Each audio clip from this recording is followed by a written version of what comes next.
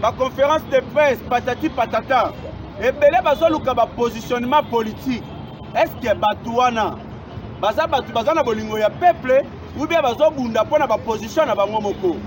Le moment où guerre ezali na mboka, précisément na est de la République démocratique du Congo, où les M23, oyo na bengaka armée rwando-ougandaise, bazali ko attaquer biso, bazali ko exiger biso, na ba accord oyo kutetali chef de l'État Félix Antoine Tshisekedi Tshilombo te. Na ba accord oyo chef de l'État ayebango ni de près ni de loin. Bolandi même cahier de charge ya ba M23. Oyo bazali ko exiger chef de l'État à respecter 10 commandements oyo ezali na kati wana. Lelo koyo quand même na batu ya PPRD en train de dire Félix Antoine Tshisekedi Tshilombo a signé des accords. Félix Antoine Tshisekedi Tshilombo a fait ceci. Tango boyo kaka M23. M23 est créément eza jour ba signaka accord le 23 mars 2009. À l'époque c'était Raymond Tshibanda, Nebutazalaki ministre des Affaires étrangères. Yene mutasignaka accord wana ya ba M23 po ebenganaka NCDP. NCDP wana pour le moment est comme PPRD. Le toyoki ba M23 wana bazali ko exiger chef de l'État a impliqué accord wana pour la insécurité na Est et Sila. Le président de la République a répondu ceci: non, non et non. Tant qu'à cause de père et de mère, tant qu'à cause de la président na mboka oyo, et teni ya mabele na biso e kokende epa ya banguna te. Toko CDT. Yango boyoka quand même na Angola, le président de la République avait dit ceci à Paul Kagame: soit la paix totale, soit la guerre totale. Akenda plus loin ya koloba na Paul Kagame. Ndima implication na yo na massacre sur le Kana Est. Ndima ke yo pozali parmi ba M23. Après sima avant to kende na oyo babengi dialogue na koloba na bino Rwanda. Tokolakisa bino na démonstration ya force na biso. Tozongisa honneur na dignité na biso avant toute négociation. Boyokaki même Museveni, parce que le président de la République avait délégué ba haute personnalité na un niveau ya Ouganda. Parce que Ouganda a komaki ko recruter ba jeunes ougandais à côté de na ba M23 pour na ba que ko semer insécurité na est de la République démocratique du Congo. Même Museveni nous a demandé ceci: pour comprendre armée rwando-ougandaise. Donc M23 et Rwanda na Ouganda ne basangani parce que leur intérêt n'est pas touché. Ba minéraux na biso bana ko yiba na kimoyibi. Museveni en train de dire que zone tampon lingi koloba tozwa bungananga et comme sous contrôle ya armée Kenya o ekoya wana ba occuper yango. FARDC à la côté, Ouganda à la côté, ni Rwanda à la côté. Ceux qui t'ont dit même arrivé à force régionale, ceux qui t'ont dit que l'armée kenyenne est na mabele na biso, c'est ainsi qu'on ravie biso bungananga définitivement. Donc quand il s'agit que l'armée kenyenne est moutée, plus tard qu'aux la Rwanda na Ouganda, balati ba tenue militaire ya Kenya. Yango biso tozali côté mais la force régionale. Même Herman Cohen avait dit pour la sécurité na Est, ce sont les FARDC, y compris quand le chef de l'État salit sa réforme dans l'armée.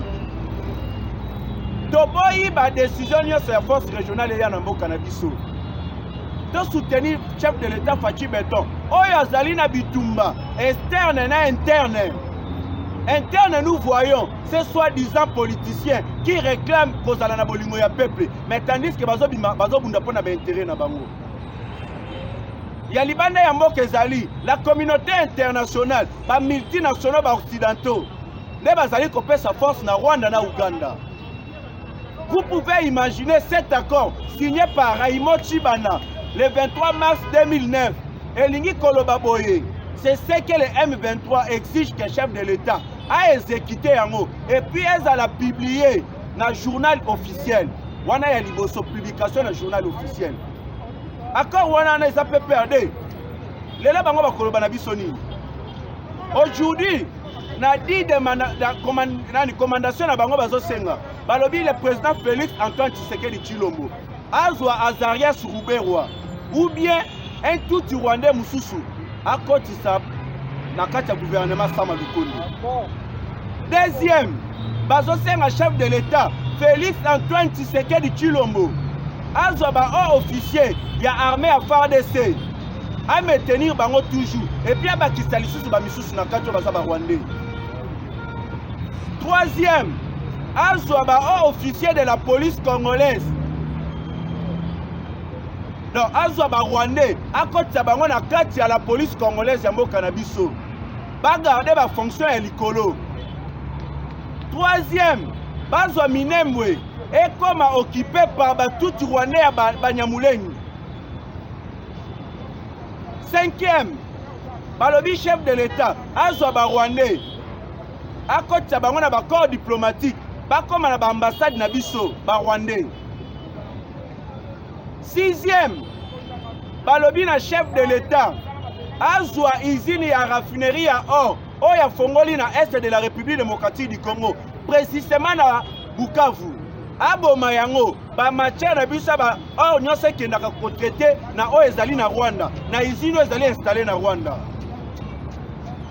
Septième, azwa ba container ya mboka na biso, ekende ba traité yango na usine o ezali na Rwanda. Voyez-vous voir que o ezali côté Kamboka. Huitième, azwa service de renseignement civil et militaire. A koti sa ba Rwandais bazala na kati. Wota la degré ya Kindoki. On eza côté Kamboka. Neuvième, balobi na Mukwantombolo, Félix Antoine Tshisekedi Tshilombo. Tous les institutions ya mboka na biso ezala occupé par ba Rwandais. Même député, oya Moïse Nyamungabo, oya zali tout Rwandais, mais aza député na mboka na biso ya République démocratique du Congo. Hier azoloba, azo marché ba moté, en train de dire que peuple congolais, bondima to vivre na bino ensemble lokola bandeko.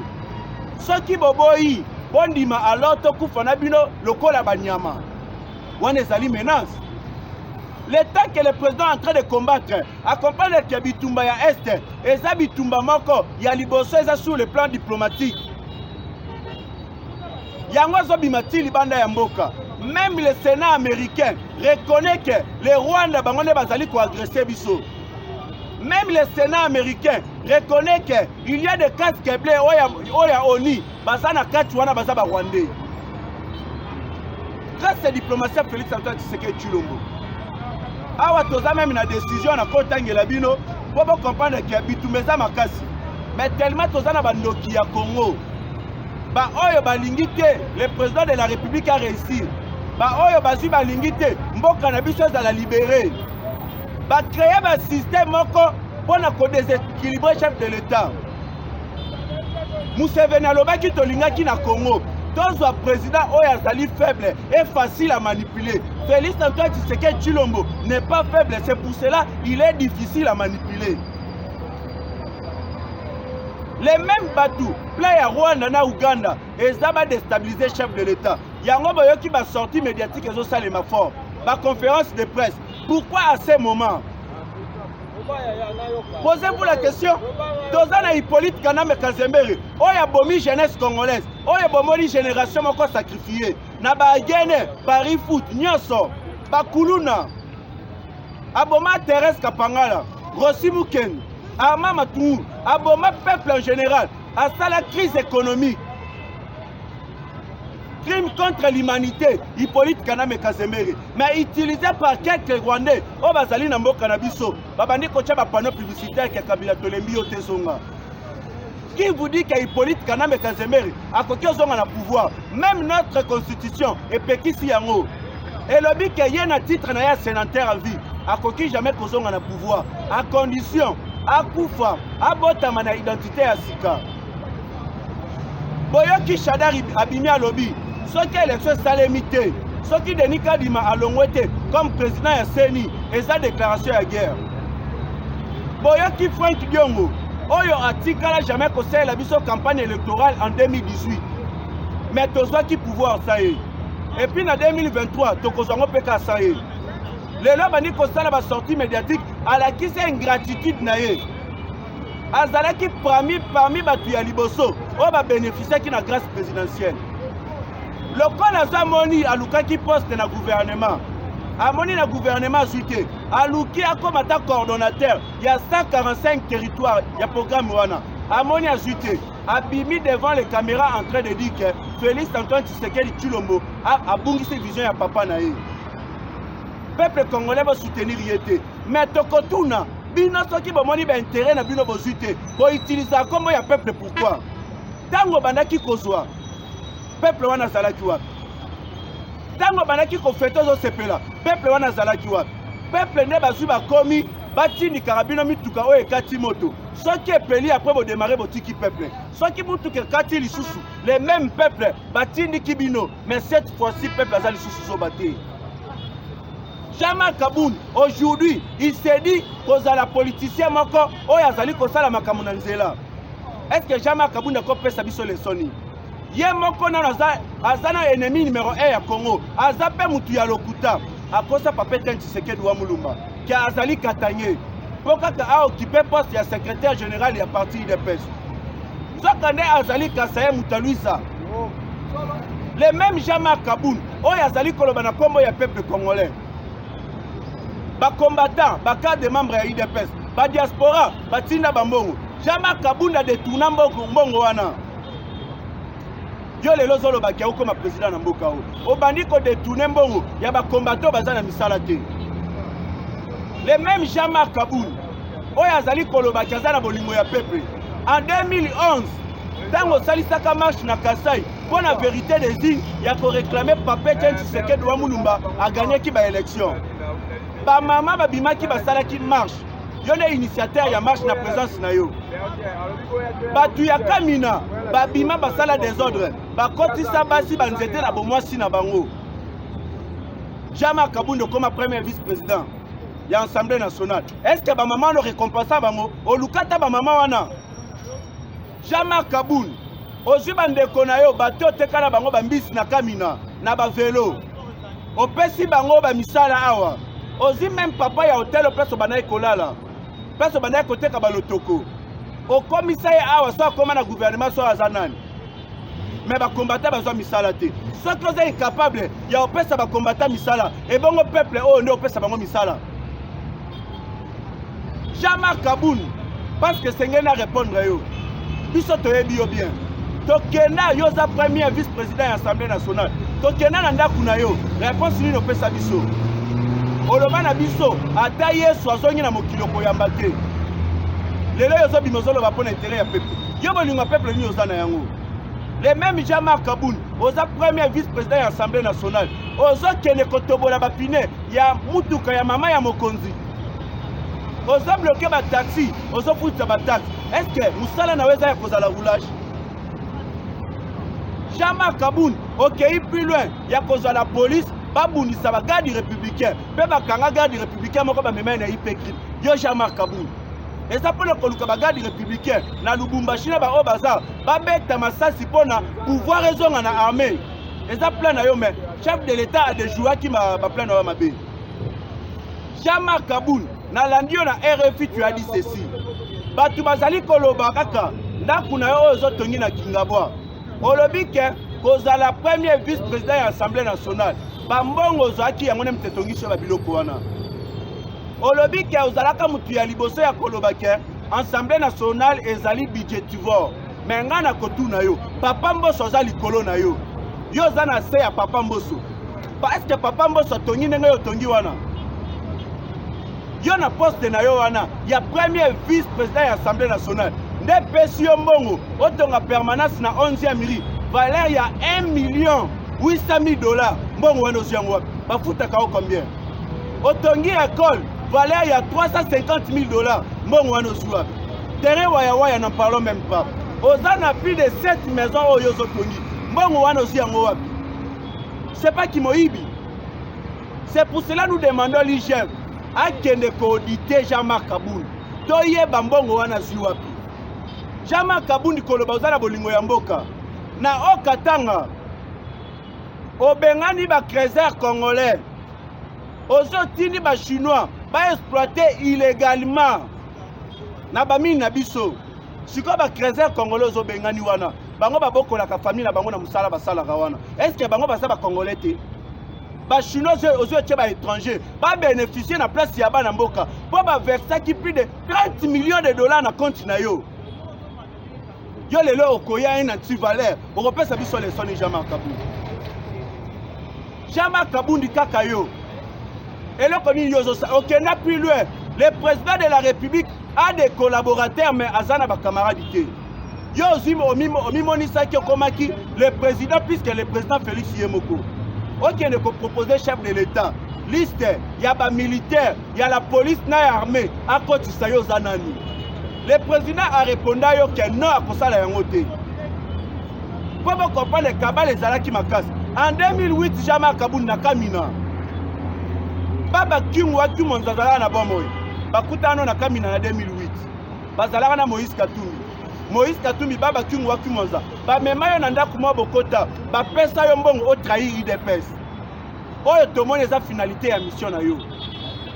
Yo solo bakayo kozala candidat président en 2023. Nani a voté au Jean Marc Kabundi?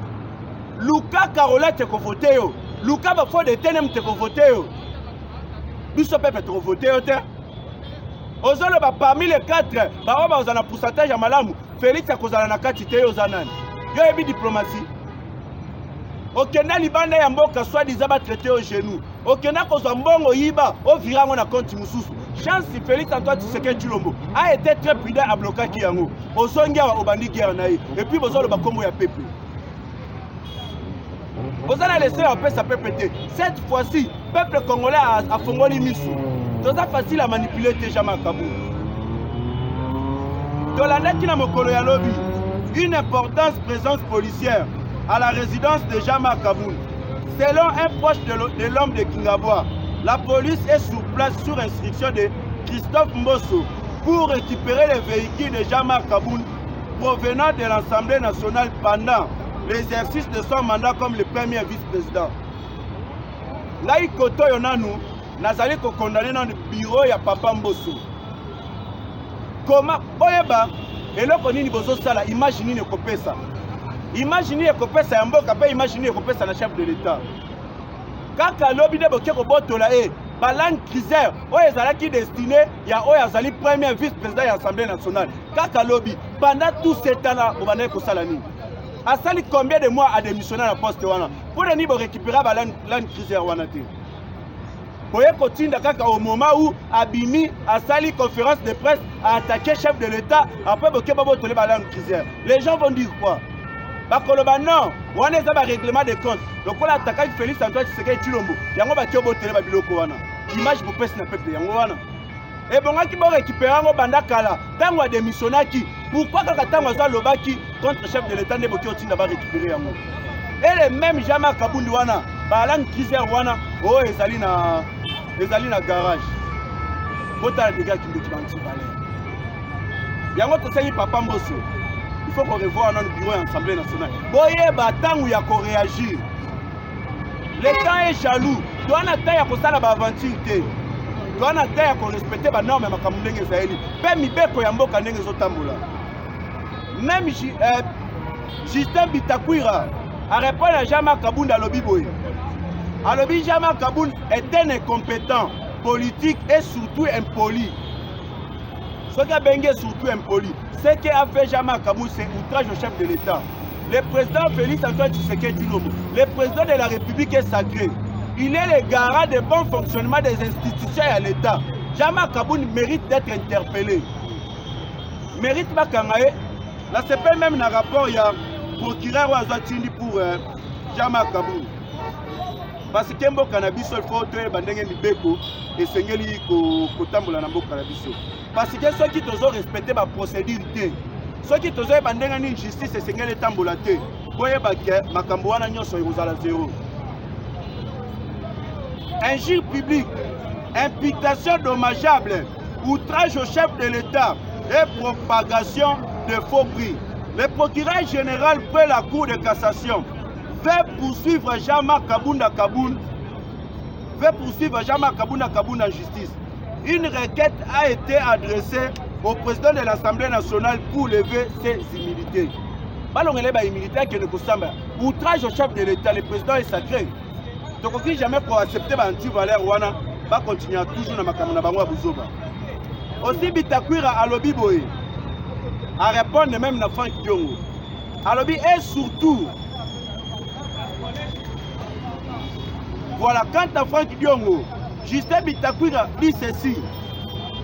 Ce n'est pas surpris que le vieux puisse traverser à l'opposition, mais il a mal choisi le moment, car où le pays est en guerre, il y a des politiciens qui se bousculent pour le positionnement. Au moins, Kabiliste Bitakwira lobby là. Pendant le moment de soutenir le chef de l'État, Oyombo Kalabis est allé agresser par Rwandais. Mais Bino, vous avez le positionnement na Bino. Ce qui veut dire, vous avez pour PPT, vous avez pour intérêt à Bino. Comment lui-même idéaliste sang un ancien rebelle, il y a RCD Goma. Akeina Kasai en train de dire ceci. Pour voter Félix Antoine Tshisekedi Tshilombo a échoué dans le mandat na épée na mission na ye. Bino Bolobara na Maloba, mais toi qui me suis chiffre. Qu'est-ce que Félix Antoine Tshisekedi Tshilombo a fait pendant ce pouvoir dans Mbokao? Ba mabulu na République démocratique du Congo exact. Mabulu exact. Dans mabulu te. Budget ya mboka 11 milliards de dollars etikala kozala te. Mbongo kota réserve de change 4,5 milliards etikala kozala te. Donc comme même na côté ya ba enseignant, oyo etikala kosalema te. Oh Félix Asani, Jean-Pierre Bemba akena Gemena. Jean-Pierre Bemba azotambola azolakisa kifutema malamu azala yango ya mboka.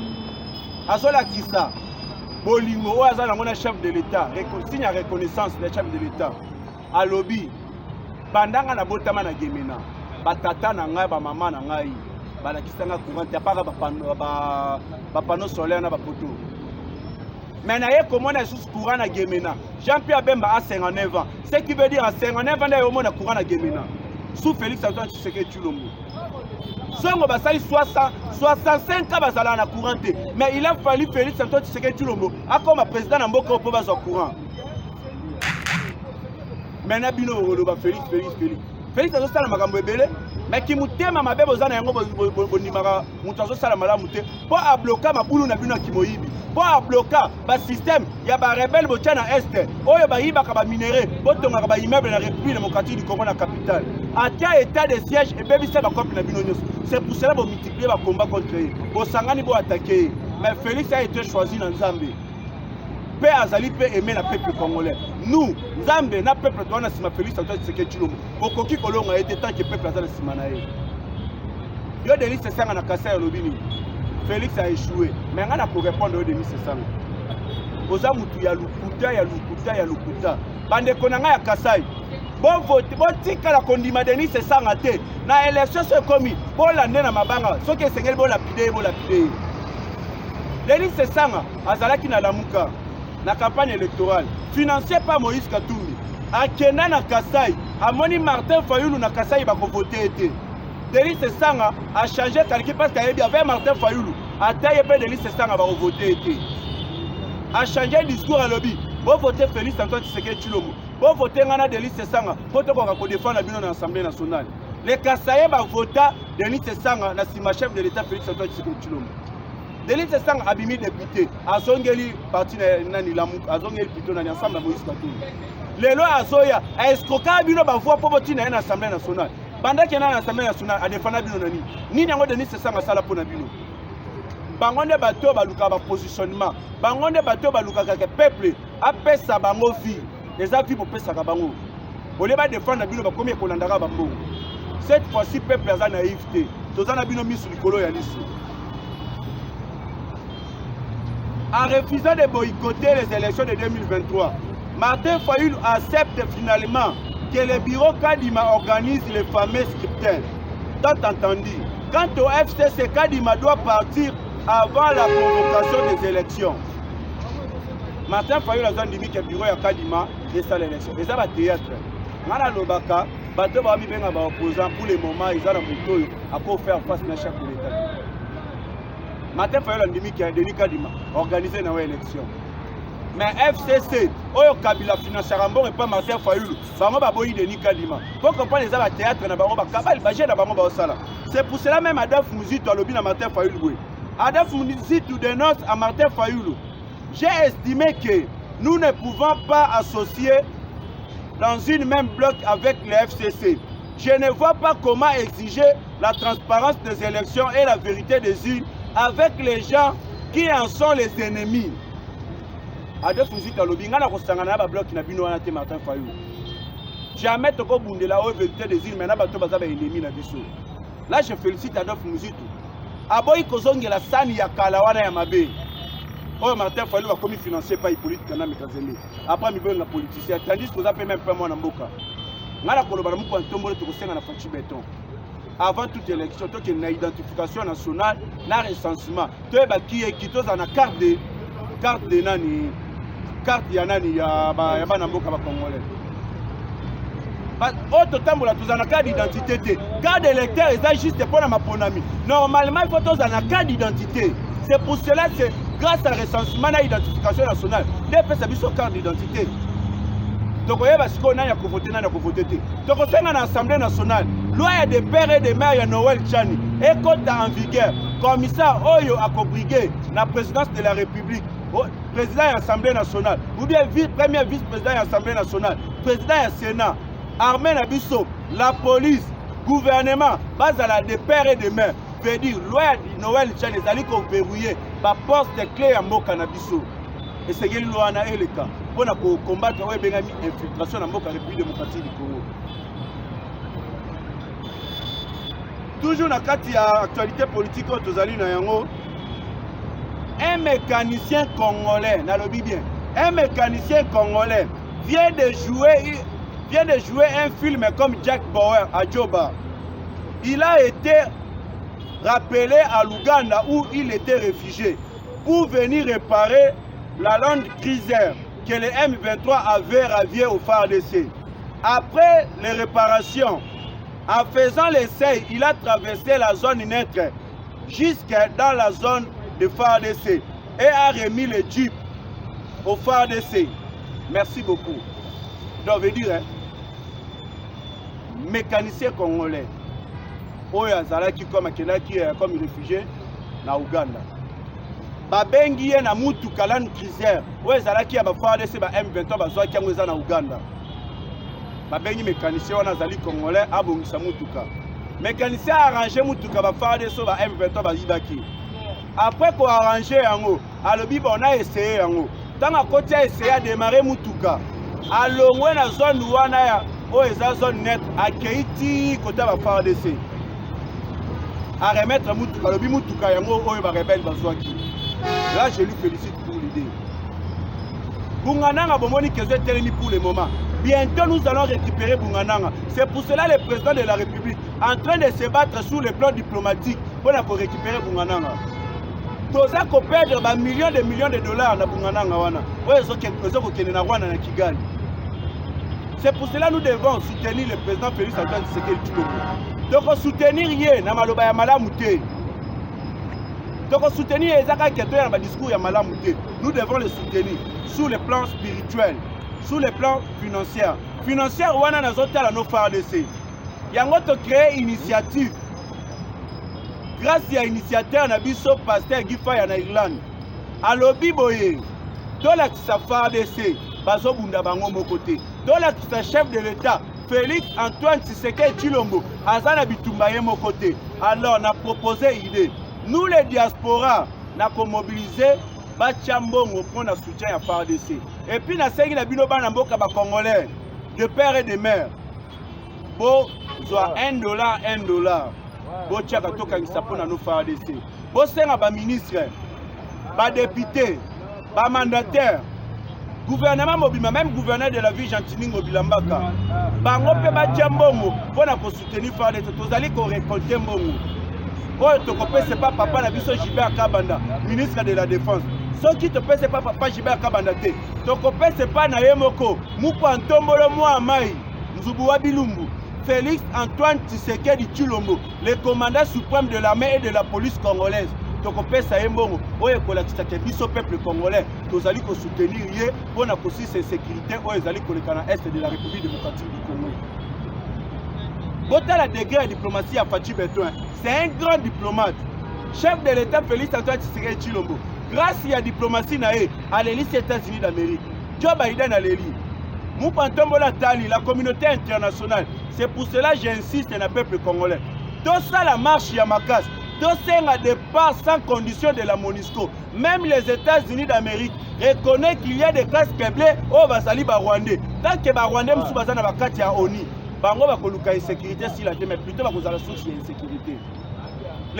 La MONUSCO bayana est. Si le lot massacre si la kate. Koyana bango, plus de 12 millions de Congolais bakoufi. Bagoupi ya ba rebelle boti lokola mayebo. Banda arrivé de la MONUSCO. La MONUSCO est en train de piller nos ressources naturelles. La MONUSCO est en train de fournir les armes aux rebelles. Ce qu'on a besoin de soutenir bango ponani. Même les commandants de la MONUSCO, boyo ke loko pesina kanda. Oye la kisi MONUSCO mission na awa est d'importance. Les commandants de la MONUSCO disent ceci. La MONUSCO est incapable de combattre les M23. Mais posons-nous la question. MONUSCO a un drone militaire, a un avion de chasse, un char de combat, un hélico de guerre, a un bibondeli nyoso, un arme sophistiquée, ou même un rebelle bazana yangote. Mais la MONUSCO se déclare être incapable pour combattre les M23. Bon mituna siko. Mission na Congo ezanini. Yango tozo sera MONUSCO akende. Et sengeli to ça la marche pacifique. Même notre constitution nous donne le pouvoir de marcher ou réclamer. Pour na koltali ça va besoin na biso. Qu'est-ce que nous voulons?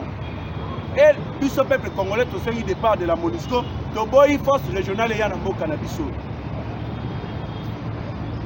Nous devons créer des tactiques pour la collapse chef de l'État, Azali soutenir le peuple congolais.